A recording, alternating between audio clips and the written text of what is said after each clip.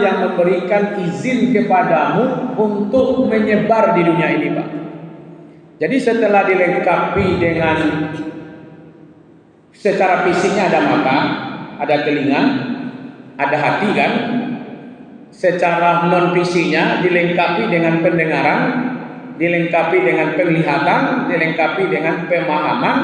Lalu Allah izinkan kamu untuk menyebar di bumi ini. Jadi kita ini bisa datang ini Pak dari rumah ke masjid itu karena izin Allah sebenarnya Pak. Makanya enggak semua orang dapat izin kan. Allah berikan kekuatan, Allah beri kesempatan, ya kan? Saya tadi membaca ini kembali Bapak Ibu, teringat 2 kali Senin saya tidak hadir. Senin yang pertama pulang dari umroh itu Malaysia, mendadak ke Malaysia hari Sabtu, Seninnya kan. Senin kemarin ke Pasaman sampai hari Senin. Ini saya paling dulu datang tadi Pak. Saya bukan dari rumah tapi dari Bangko. Tadi malam saya ceramah di Bangko, lalu kata jemaah besoknya pulang dia. Enggak, saya sudah 2 kali Senin tidak hadir di Nurul Ikhlas. Makanya dari malam saya pulang lagi jam 9 malam sampai jam 4 di sini. Ya. Makanya saya duluan Pak. Ya kan, saya azan dari di sini kan. Nah, kok sekaligus saya azan. Karena dari Bangko langsung ke sini Pak. Kita baca ke wa zara'akum, Allah yang memberikan. Ya kan? Jadi kita ini sebenarnya Bapak Ibu sudah dilengkapi dengan alat pendengaran, penglihatan. Kalau kita lihat Buya Hamka memahamkan tentang akidah. Akidah itu akal kata dia. Jadi manusia ini sudah dilengkapi dengan pendengaran, sudah dilengkapi dengan penglihatan, dan dilengkapi dengan akal. Maka itu bertebaranlah di bumi ini. Itu yang katakan zara'akum. Allah lah yang mengizinkan kamu berkembang dan menyebar di bumi ini. Yang dulu kan dari satu nenek moyang kan, Adam. Ya kan? Adam itu memang diciptakan untuk tinggal di bumi, Pak. Ya kan? Inni ja'ilun fil ardi khalifah. Jadi kalaupun tidak ada kasus antara Adam, Hawa dan iblis, Allah tetap juga akan memindahkan Adam ke dunia. Karena memang dari awalnya Allah sudah katakan inni ja'ilun fil ardi khalifah. Cuman kita tidak diciptakan di bumi, diciptakan di surga. Jadi kita didatangkan ke bumi, satu saat nanti rindu kembali ke surga, ke kampung halaman Pak. Ya kan? Jadi dunia ini sebenarnya bagi kita untuk menyebar saja, berkembang biak dari Adam, Hawa, anak cucunya sampai sekarang. Walaupun satu keturunan Pak, kita ini ternyata keturunan Nabi loh Pak. Ya. Ini Bapak Ibu ini semuanya keturunan Nabi Pak. Itu Nabi Adam. Ya, kan itu keturunan Nabi Adam kita semua kan. Nah, lalu menyebar kok bisa berbeda-beda nih Pak. Datang di Indonesia kok modelnya. Malaysia, Indonesia, Brunei, ya kan? Gaya-gayanya kan seperti ini Pak. Kalau kita datang ke seperti di Saudi, kalau di pikiran kalau tidak pakai ini Pak, ya paling-paling nanti kalau pakai model peci ini Malaysia. Ya, kita kan sama nih wajah kita sama Melayu. Tapi kalau saya bilang nanti saya dari Cina, orang tidak percaya Pak. Iya kan? Dari mana percayanya? Iya kan? Ya dari kulit saja nampak gitu kan. Jadi walaupun dari keturunan yang satu, tapi sampai di Cina kok modelnya Pak. Tiba di Korea, kalau modelnya gitu. Tiba di Indonesia, aku modelnya bersebar Pak. Zara'akum fil ard. Kamu menyebarlah di bumi ini. Apa yang dilakukan Pak dengan fasilitas pendengaran, penglihatan dan akal? Carilah hidup. Jadi Allah sudah sediakan bekal untuk kita untuk hidup di dunia ini. Bekerjalah dengan pendengaran itu, bekerjalah dengan penglihatan itu, bekerjalah dengan akal yang kita miliki. Berinteraksilah sesamamu, saling mengenallah kamu. Kan itu yang dikatakan. Nah, paling utama sekali adalah untuk beribadah kepada Allah. Ya kan? Itu makanya wa ma khalaqtul jinna wal insa illa liya'budun. Tidak aku ciptakan jin dan manusia kecuali untuk menyembah kepadaku. Nah, semua bentuk itu adalah untuk menyembah. Nah, tapi ujung ayat, Bapak Ibu, mau nyebar kemana silakan, mau cari kehidupan kemana silakan, mau kerja di mana silakan. Tapi ada kalimat di belakangnya, Pak. Wa ilaihi tuhsyarun. Kamu semuanya kelak akan dikembalikan kepadaku. Allah ciptakan, lalu Allah beri fasilitas pendengaran, penglihatan, pemahaman, menyebarlah di muka bumi ini. Carilah kehidupan, bekerjalah, berusahalah, yang berdagang-berdaganglah. Tapi tujuan utamanya bukan untuk itu. Tujuan utamanya kamu untuk menyembahku. Tujuan utamanya engkau beribadah kepadaku. Kenapa harus menyembahku? Karena kamu semuanya akan dikembalikan kepadaku. Nah, itu ujung ayatnya. Wa ilaihi tuhsyarun. Kamu akan dikembalikan. Untuk apa dikembalikan? Itu pertanyaannya, Pak. Ya kan? Jadi ada dua fase kehidupan kita itu sebenarnya, fase penciptaan, fase penyebaran. Baru nanti fase di akhirat, yaitu dikumpulkan. Apa yang kamu lakukan di dunia itu, yang halal, yang haram, yang baik, yang hak, yang batil, patuh atau tidak patuh, kamu sibuk dengan duniamu atau sibuk mempersiapkan akhiratmu, kamu akan diminta pertanggungjawaban semuanya. Buatlah laporannya, Pak. Laporan perjalanan hidupmu buat. Selama tinggal di Indonesia, mulai dari minimal dari balik berakal kan, ada catatannya semuanya. Detail, Pak. Mungkin awak sudah lupa kan?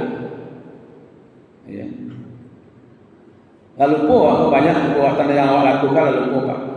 Ya kan? Kenapa? Itu semuanya penegasan, Pak. Itulah kehidupan kita sebenarnya. Allah atur semuanya. Kenapa disebutkan ujungnya? Ujungnya itu kembali kepada Allah, supaya ada kesadaran manusia bahwa di sini bukan untuk tinggal, ya kan? Dunia ini bukan untuk tinggal, tapi untuk meninggal, katanya, Pak. Iya, Pak. Kayak untuk meninggal, ya kan? Berasal dari Allah kembali kepadanya. Jangan onge-onge benar di dunia aku itu sebenarnya wak numpang di dunia, hidup sementara ya. Jangan merasa besar di bumi, karena suatu saat nanti kamu akan masuk ke dalam bumi. Ya Allah. Presiden, menteri, apalagi dirjen, direktur, jenderal, sampai kopral, komisaris, apalah lah, gagah-gagah di bumi ini, kaya-kaya di bumi ini, Pak. Kalau masuk ke dalam bumi, sama apa tidak?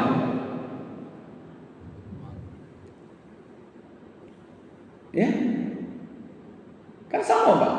Yang beda itu mungkin yang tidak Islam ya. Kalau tidak Islam dia pakai sarung tangan, pakai dasi, pakai jas, masuk dalam peti. Tapi yang orang Islam masuk ke dalam bumi, beruntungnya ibu-ibu pada kami lele tak lima lampi, ibu kami 3 lampi saja kan. Saya kemarin Bapak Ibu hari Senin ya, paginya pulang dari Pasaman, siangnya ada pertemuan dengan Pak Kajati yang baru, Pak Muhid dari orang Aceh. Dia minta bertemu dengan MUI, maka saya dengan Gus Rizal hadir, Pak. Bertemu dengan beliau. Yang menarik bagi saya itu kan, walaupun orang Raketek seperti yang bawah, jadi sebut jadi orang Adang gitu, Pak. Jadi pas saya dipeluk oleh Pak Muhid, Pak Gayanti, apa kata beliau? Bisikkan, ya, doakan saya selamat dunia dan akhirat. Ya kan, terkejut saya, Pak. Biasanya orang ucapkan selamat Pak, ya kan? Tapi jangan selamat saja, Pak. Ya, selamat dunia dan akhirat. Karena yang saya pikul ini lebih berat dibandingkan yang dipikul oleh ulama. Kalau ulama dia bisa bicara, ya kan? Tapi kalau saya punya jadi katanya. Saya cek di mana bapak ini belajar, kira tamat doktor. Jadi Pak Kejati yang sekarang ini, ya kan, itu tamat dari Gontor. Ya, kemarin diinstruksikan kepada anggotanya nanti yang ngisi ngaji di Kejati itu mohon kepada ulama-ulama ngisi di sana. Gitu. Tapi yang menarik itu Pak, ya, paham ada keselamatan di dunia, ada keselamatan di akhirat. Lalu kenapa Allah mengatakan begini Bapak Ibu? Qul huwallazi zara'akum fil ardh. Katakanlah wahai Muhammad, katakanlah wahai umat, Allah yang membiarkan kamu berkembang biak menyebar di bumi sampai kemanapun. Tetapi kamu ingat, kamu akan dikumpulkan kembali ke satu titik di hadapan Allah. Tujuannya apa saudara? Supaya manusia jangan lupa diri, supaya tetap terhubung antara dunia dengan akhirat. Kan Allah tidak cerita Pak, menyebar di bumi lalu 100 ayat setelah itu baru Allah cerita bahwa nanti kalian dikumpulkan. Pula manusia boleh. Kau indah ada. Kini menyebarlah kamu di bumi, carilah kehidupan, cari bekerjalah, berusahalah, beranak pinaklah, kawin mengawinlah, nikah menikahlah, ya kan? Mau jadi pejabat silakan, mau jadi penjahat juga silakan, mau orang kaya silakan. Tapi ujungnya dari ayat itu Allah mengatakan semua kamu akan dikembalikan kepadaku. Itu menunjukkan antara dunia dengan akhirat jangan pernah terpisah. Tapi dah terpisah Pak. Dia kan satu ayat di situ. Kalau kita lihat doa Rabbana atina fid dunya hasanah wa fil akhirati hasanah kan. Jadi ada doanya Rabbana atina fid dunya hasanah di sana, wa fil akhirati hasanahnya jauh ayat di belakang. Ya kan? Tidak, sedangkan satu ayat saja berbeda. Ya kan? Ayat yang ke 199 apa itu? Yang 200. Itu dia berdoa Rabbana atina fid dunya wa ma lahu fil akhirah. Kalau manusia itu hanya berdoa saja, ya Allah berilah aku kehidupan di dunia, maka Allah mengatakan akan kosong untuk dia nanti. Bacalah surat Al-Baqarah ayat 200 itu. Kalau dia hanya berdoa saja Rabbana atina fid dunya, Allah langsung katakan wa ma lahu fil akhirah. Mereka tidak punya sedikit pun apa untuk di akhiratnya. Jadi ini kesadaran sebenarnya Bapak Ibu. Allah ingin menanamkan kepada kita, mau jadi siapa silakan Pak, mau berbuat apa silakan, di posisi mana kita silakan selama kita hidup, tapi harus ada kesadaran moral bahwa kita ditugaskan sementara di dunia ini dan akan dikembalikan kepada Allah untuk bertanggung jawab setiap apa yang kita lakukan. Ya kan? Bukan hanya gerakan nikmat, semuanya akan diminta pertanggungjawaban. Ya kan? Maka itu poin penting ada 4 dalam ayat ini Bapak Ibu. 1, manusia diciptakan dan disebar di bumi bukan untuk tujuan ya, untuk bekerja saja, untuk berusaha saja, untuk bersenang-senang saja, untuk menikmati saja, berjalan ke sana kemari saja. Tapi ada tujuan di situ, beramal, beribadah. Ada tujuannya untuk menguji. Dia gunakan tak pendengarannya, dia gunakan tak penglihatannya, dia gunakannya pemahamannya. Nah, makanya dalam surat Al-Mulk awal-awal dulu, alladzi khalaqal mauta wal hayata liyabluwakum ayyukum ahsanu amala.